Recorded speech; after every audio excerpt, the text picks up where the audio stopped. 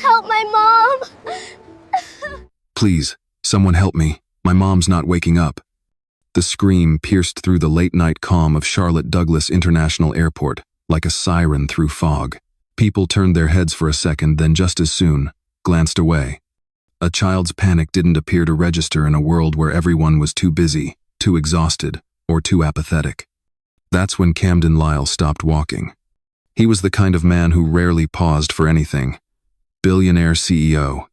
Young, intelligent, always on the move. His private jet was waiting, prepped for flight. But this time, something in that voice, raw, trembling, desperate, froze him mid-step. Standing near a corner of the terminal, under flickering fluorescent lights, was a little girl. Maybe 8. Tight braids. Neon sneakers. Eyes flooded with tears. Her little fingers clutched the arm of a woman slumped down in a server's uniform. "Please," she said again, quieter this time. "Somebody help my mom." Nobody moved. One man brought out his phone to record. A woman murmured something about those people. Security lingered but didn't approach. It wasn't just neglect. It was something deeper, colder, a reminder of the kind of quiet that shapes every black story no one wants to hear. Camden looked down at his phone. One missed call. Tokyo could wait. But this young girl? She couldn't. And that's when everything changed.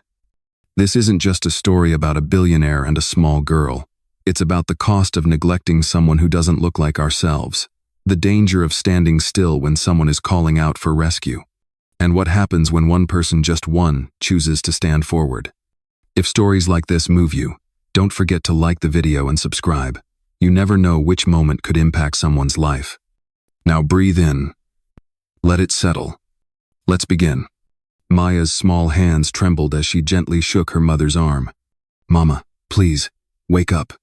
Her voice cracked, nearly absorbed by the ambient hum of rolling suitcases, muffled boarding calls, and inattentive footsteps echoing through the terminal. Amira Ray didn't move. Slumped on the metal bench in her waitress uniform, her chest heaved and fell shallowly. Her name tag was still pinned crookedly to her shirt from her last shift at the terminal cafe. She had worked a double again just to make rent, and suddenly, her body was giving out. Maya looked up. Dozens more adults went by, their eyes brushing the scene and slipping past as if they hadn't seen anything at all. One man, clad in a navy suit, glanced down briefly, his lips contracting as he kept advancing. A woman in heels said to her, "Buddy, must be another scam. Don't look." The friend nodded, clutching her designer purse a little tighter. The security officer by the gate leaned on the railing, watching from a distance. His palm hovered near his radio, but he didn't move an inch closer. And then, the worst of it. An older white woman, her hair nicely done and her top pressed, scowled as she passed. "I've seen this act before," she added, loud enough for Maya to hear. "These people always have a sob story." Maya gazed at her, shocked, her sobs temporarily interrupted by uncertainty and hurt. She didn't understand why the woman's speech felt like a smack. This was her mom. Not a story, not a show, not some scheme. Just her mom who wasn't waking up. And still, no one stopped. This moment wasn't new. It was a pattern, a silent, repeating loop. A reality Maya didn't have the words for, but had felt in little, harsh ways since the day she realized the world regarded some people differently. Because of their outfits, their task, their skin. She turned back to Amira, placing her head on her mom's lap. "I'm right here, Mama," she whispered. It wasn't until that whisper struck the heart of a man, only a few yards away, a man who saw more than a scene, who understood what it felt like to be unseen, that something finally moved. But up until that point, the world around her remained unchanged, frozen in apathy. And Maya, in her tiny form, had the weight of a black story no one wanted to carry. Camden Lyle stood transfixed for a second, phone still in his fingers, the blazing screen suddenly unimportant. He had watched enough to know what was happening, but even more painfully, what wasn't. No one was assisting her. No one even attempted. He took a deep breath, shoved his phone into his jacket pocket, and proceeded to approach the girl. As he neared, Maya looked up, surprised, eyes wide with dread and hope knotted together. Her little fingers tightened tightly on her mother's sleeve. "It's okay," Camden murmured, his voice calm and measured. "I'm not going to hurt you." Maya didn't speak, but her eyes were focused on his. And that was enough for Camden. He crouched down next to Amira and placed 2 fingers lightly on her wrist. Her pulse was there, weak, but constant. "Your mom, she needs help," he added, staring at Maya. "What's your name?" "Maya," she whispered. "Okay, Maya, I'm Camden," he replied, already pulling out his phone again, this time dialing 911. "I'm calling for help, okay? I won't leave." Maya nodded slowly, still dubious, but something in Camden's tone, firm, calm, made her believe. While he waited for the dispatcher to answer, he took off his coat and carefully draped it over Amira. The fluorescent lights above flickered again, spreading shadows across the floor. People were starting to notice now, puzzled why a man in a $1,000 suit was kneeling next to a waitress and a youngster. A man in a close seat raised his phone to film. Camden turned his head abruptly.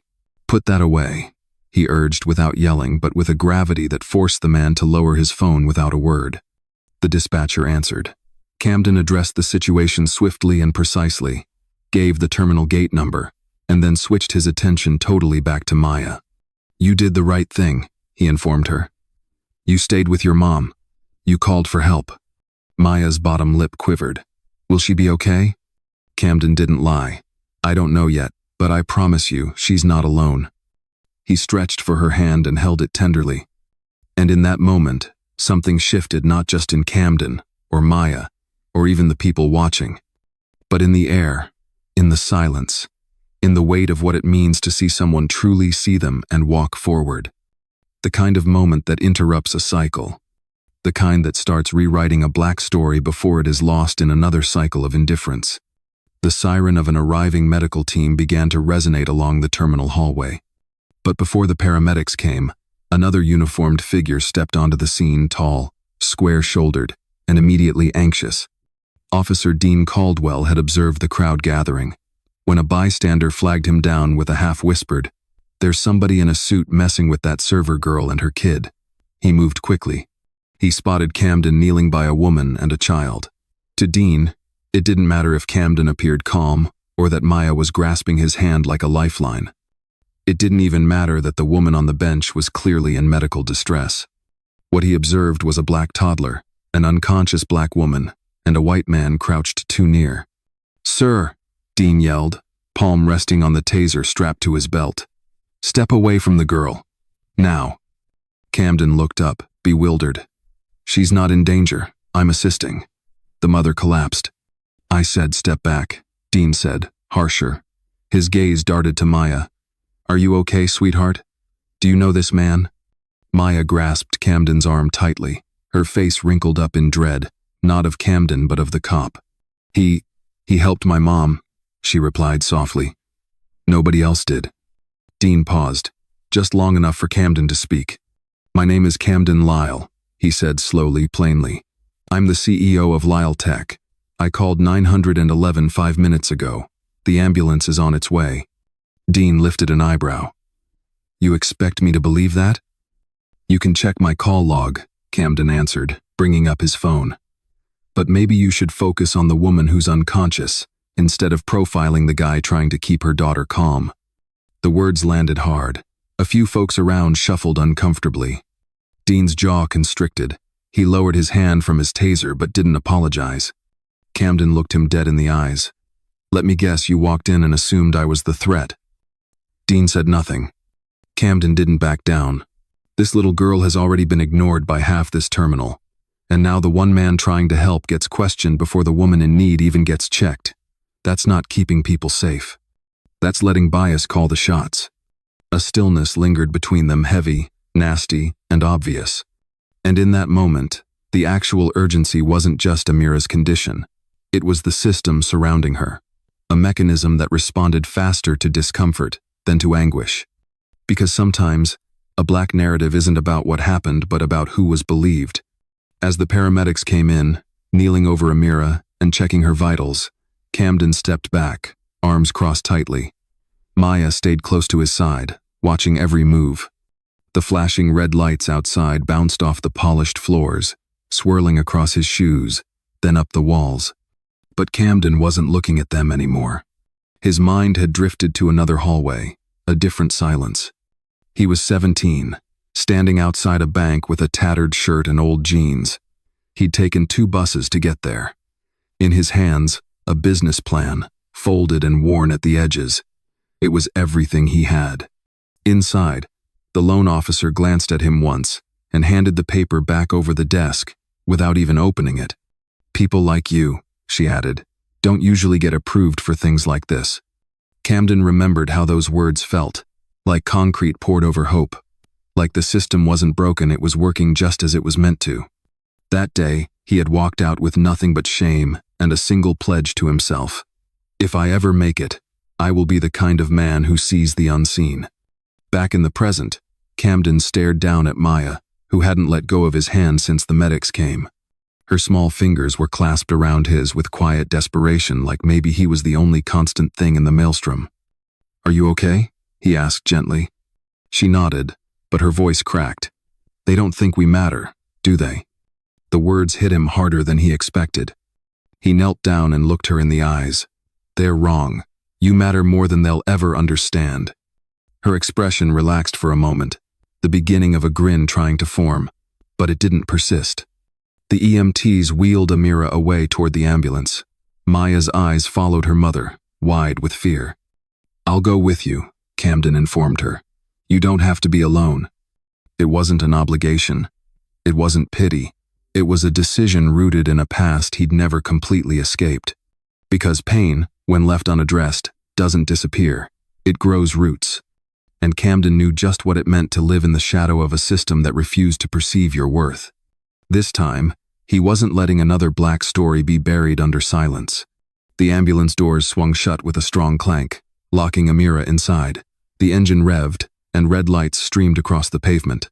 Camden hoisted Maya into the back seat of the black SUV that trailed the ambulance, then climbed in behind her.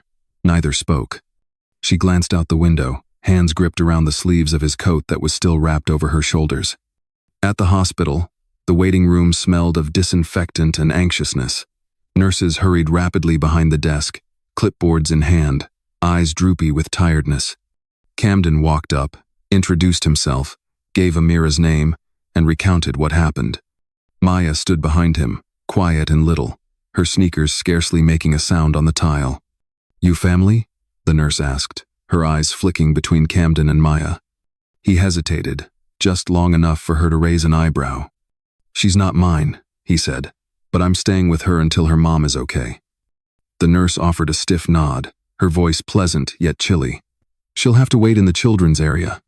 Camden stared down at Maya. "Are you okay with that?" Maya shook her head swiftly. "I don't want to be alone." "She stays with me," he stated gently, firmly.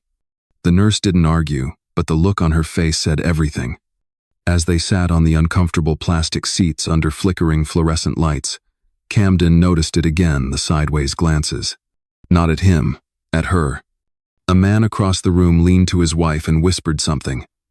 The woman frowned, staring a beat too long at Maya.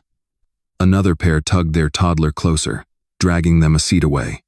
None of it was loud, none of it was overt, but Camden could feel it vibrating in the air. The silent queries, the whispered concerns. Why is this little black girl here with him? What's their story? And just under that, is she even meant to be here? Camden leaned in closer to Maya. "Are you hungry?" he asked. She shrugged. "Not really. We'll get something after we check on your mom." She didn't answer, just cuddled up tighter in his coat, head resting on his arm. A young doctor eventually emerged in the doorway. "Camden Lyle?" Camden stood up. "How is she?" "She's stable. Your fast call probably saved her life. But she has a major cardiac issue. We're prepared for extra tests." Camden breathed, nodding. "Is she your—" "No," Camden responded, stopping only briefly. "She's her mom." The doctor glanced toward Maya, then back. "She's lucky you were there." Maya looked up, eyes hazy. "She is," Camden said. Then he gazed down at her. "And I'm lucky too." A nurse went by and smiled at Camden. Then she looked at Maya, and the smile faltered. Camden saw it. Maya saw it too. She muttered, barely audible, "They still don't see me." He gripped her hand. "I do." And that made all the difference. Because sometimes, being seen is the most powerful thing in the world, especially when the world keeps attempting to look the other way. This event wasn't just about medication. It was about visibility. And for Maya, this was the first time her black narrative was unfolding with someone willing to remain through the entire chapter. It started with a 30-second clip. Shaky hands, vertical frame, poor illumination. But none of that mattered. What people saw was Camden Lyle, multi-billionaire, tech CEO, kneeling beside a collapsed waitress, while her daughter, a young black child, clung to his arm like it was the only solid thing left in her world. The caption read, "CEO misses flight to save a stranger's mom. Her daughter begged for aid. No one stopped except him." Within hours, the video erupted. First on TikTok, then Instagram, then Twitter. Hashtags trended before sunrise. Number Maya and Camden. Number he stopped. Number Black Stories Matter. Some complimented him. Others scolded the crowd for strolling past. A few naysayers branded it a PR stunt until the second clip aired. This one showed Officer Dean Caldwell addressing Camden. The tone, the suspicion, the hand hovering near his taser. That clip hit harder. People paused, replayed, commented.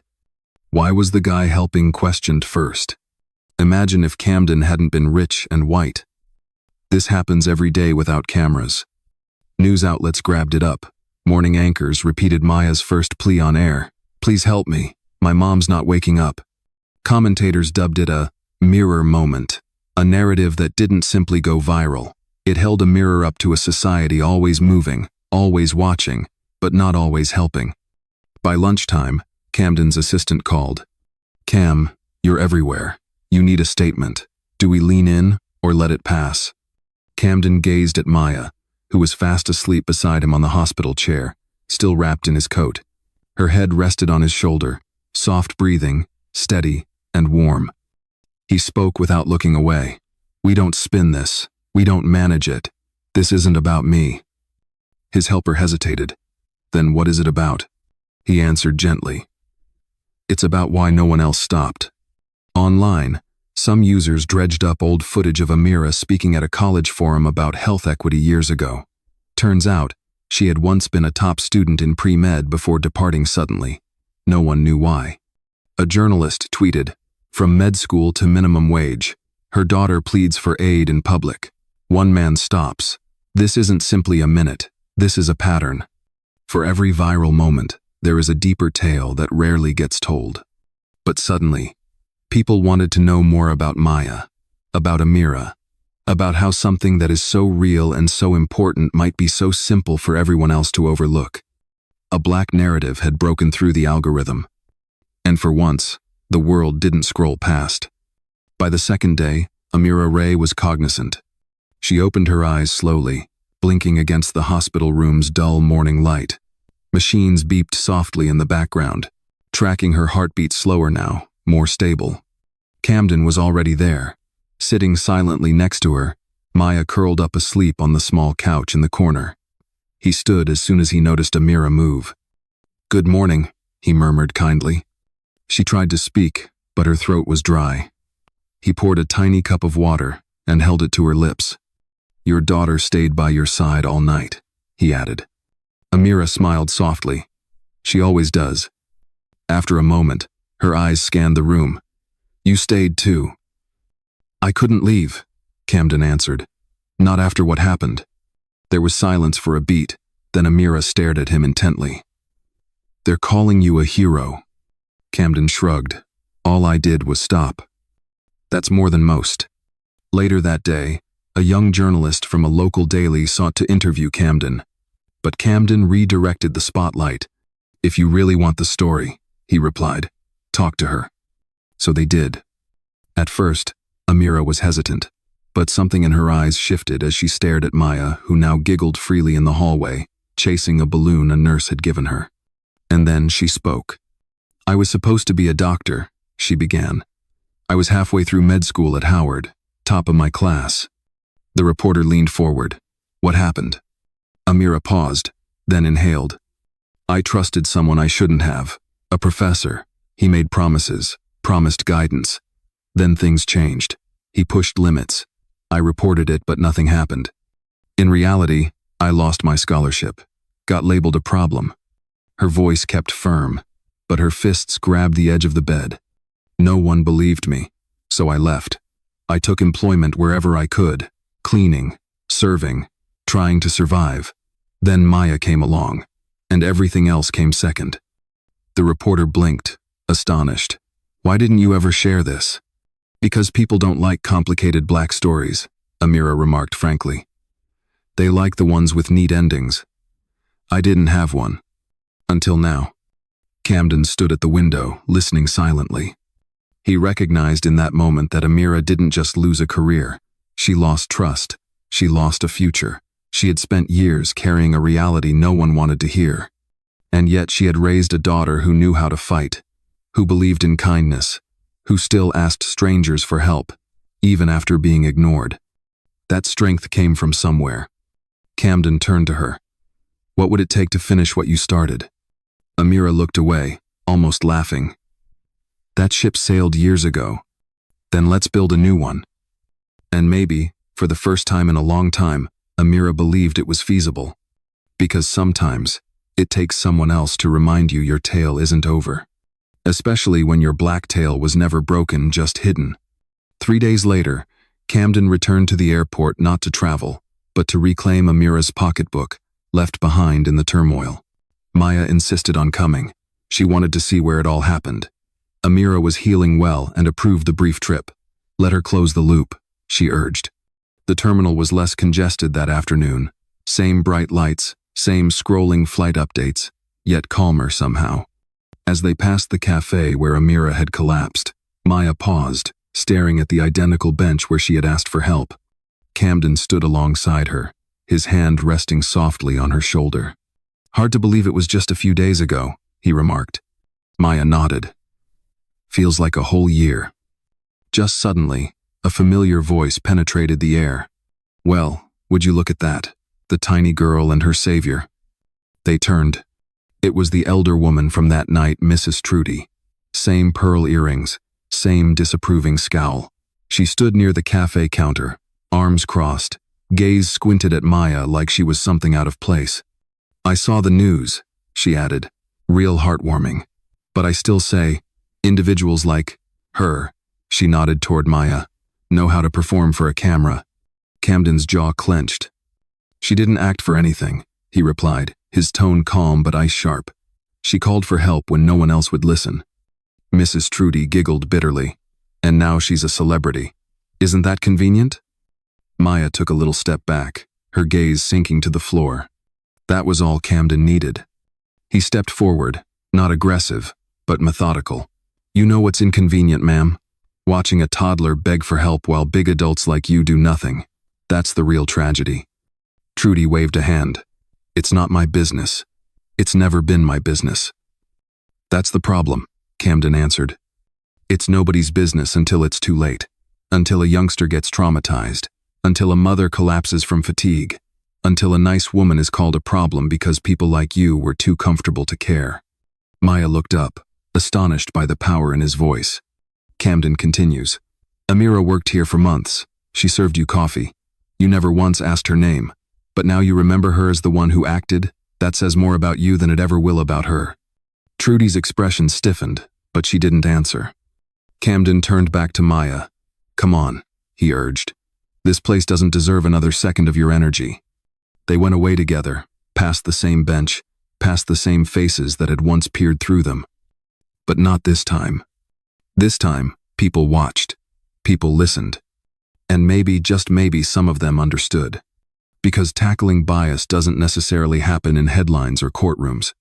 Sometimes, it happens over cheap coffee, beneath fluorescent lights, when someone finally says what should have been uttered long ago. That a black story is not an inconvenience, it's a reality. And it demands to be heard. The hospital room felt brighter that morning, not just because of the sunlight sneaking through the blinds, but because Amira was sitting up, smiling quietly at something Maya had said. Her color had returned. Her eyes, while fatigued, had a brightness Camden hadn't seen before. He strolled in holding 2 mugs of coffee, one for himself and one he delivered gently to Amira. "You take cream?" he asked. Amira lifted an eyebrow. "You bring coffee and questions?" Camden smiled. "Just making sure I get it right." She took the cup, drank gently, then nodded. "Perfect." Maya sat on the edge of the bed, swinging her legs, evidently relieved to have her mom back to herself. "I spoke with your doctor," Camden said. "They've recommended surgery. Soon." Amira nodded, her countenance somber. "Yeah, I figured. I want to pay for it." She looked up, surprised. "Camden, You don't owe me anything," he interrupted gently. "Let me help. Just say yes." Her lips parted, torn between pride and thankfulness. But one glimpse at Maya settled it. "Okay," she whispered. "Yes." Camden smiled, but he wasn't done. "I also wanted to ask something else." Amira waited, cautious. "You told your story the other day. The whole country heard it. But I think it deserves more than headlines. It deserves action." She furrowed her brow. "What do you mean?" "At Lyle Tech, we've been expanding our community division, outreach, health equity, education access. We're searching for someone who gets it not just on paper, but in real life." He held out a folder. Inside was a job offer, competitive salary, complete benefits, and relocation support if needed. "I want you to lead it," Camden said. "Use your voice, your experience. Build something that makes sure what happened to you doesn't happen to the next Amira." Amira stared at the article, astonished. "I haven't worked in anything close to that in years," she replied quietly. "I know," Camden answered. "But you've never stopped fighting. That's leadership. The rest you can learn." Maya gazed up at her mom, wide-eyed. "You'd work in a big office?" Amira laughed, sorrowful now. "Maybe, baby. Maybe I would." She looked at Camden. "You really mean this?" "I really do." For a long minute, quiet remained in the air, not awkward, not weighty, but full of possibilities, full of something new. Hope. An opportunity, not simply to survive, but to rise. A fresh chapter. As Camden got his coat, Maya sprang down from the bed and hugged him firmly. "You're like a real-life helper," she continued, "like a superhero, but in normal clothes." Camden knelt down, his voice warm. "No cape, just coffee and timing." Amira grinned through tears. It wasn't just about the work, or the operation, or the instant fame. It was about dignity, reclamation, beginning again. Because sometimes, the most powerful aspect of a Black story isn't the struggle, it's what happens after. The sun was sinking when they went out of the hospital, Camden, Amira, and Maya into the cold evening air. Maya grabbed her mother's hand securely, but every few steps, she'd peek up at Camden and smile like he was something more than simply a visitor in their lives. They didn't talk much on the ride back to Amira's apartment, a modest but neat walk-up just outside the city. Camden offered to help carry a tiny bag of discharge papers and medication inside. "I'll be fine from here," Amira remarked after they reached the door. "You've done more than I could ever ask." Camden started to speak, but Maya interrupted. "Can he come in? Just for a minute?" Amira hesitated, then opened the door. Inside, the apartment smelled like lavender and lemon. The walls were lined with framed photos, Amira and Maya, birthdays, old-school portraits, and one photograph of a younger Amira in a white coat, beaming broadly. Camden paused at that one. "You still had the dream," he added. "I still do," she said. They sat for a moment, trading stories. Camden asked about Maya's favorite books and her favorite meal. She asked whether he had a dog. He didn't, but swore if he ever did, she'd be the first to meet it. As the talk strayed, something shifted. It wasn't dramatic, no huge music, no spotlight. It was Maya, standing at the side of the corridor, holding one of her faded plush animals. She stared at Camden with that same wide-eyed innocence he witnessed the day they met. Then she uttered it soft, like an inquiry. "Dad?" The room went still. Camden didn't speak straight away. Amira hesitated, wondering what to do, her gaze flitting between the two. Maya bit her lip. I mean, I know you're not, like, my real dad, but you stayed, when nobody else did. Tears swelled in Amira's eyes. Camden knelt down, level with Maya. You don't have to call me anything you're not ready for, he said kindly, but I want you to know something. She looked up. If you ever need me, ever, I'll show up, every single time. Maya grinned. Then I want to call you that, because you're the only one who made me feel safe like that. Amira stepped up and placed a hand on Camden's shoulder, her voice shaking. You changed her world, Camden. He shook his head. She changed mine. Outside, the streetlights flicked on. Another night settling in. But something felt odd. Like the closing of a story no one saw coming. Because not every narrative ends with applause or explanations. Some end with a single word, a word that rewrites everything. Dad. A term that granted a black story not only survival but also a future. A week passed. The headlines cooled, the hashtags slowed down. The videos that formerly inundated feeds were now buried beneath the latest celebrity drama, political noise, and algorithm-driven pandemonium. But inside a quiet apartment in Charlotte, life was just beginning anew. Amira had started remote onboarding with her new role at Lyle Tech. The procedure was scheduled. Maya was back to school, different now. Brighter, bolder, less scared to raise her hand or voice her views. Camden visited regularly. Not as a CEO, not as a symbol, just as someone who cared.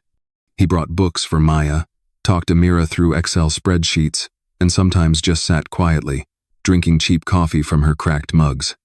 One evening, they sat on the balcony. The city lights below blinked like little stars.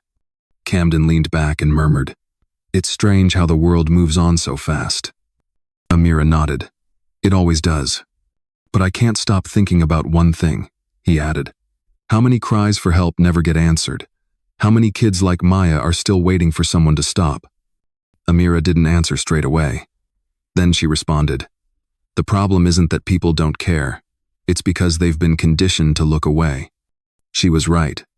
We live in a world where suffering becomes background noise, where race, class, and bias influence who gets heard and who gets ignored, where people walk by grief not because they're cruel, but because they've been convinced it isn't their responsibility.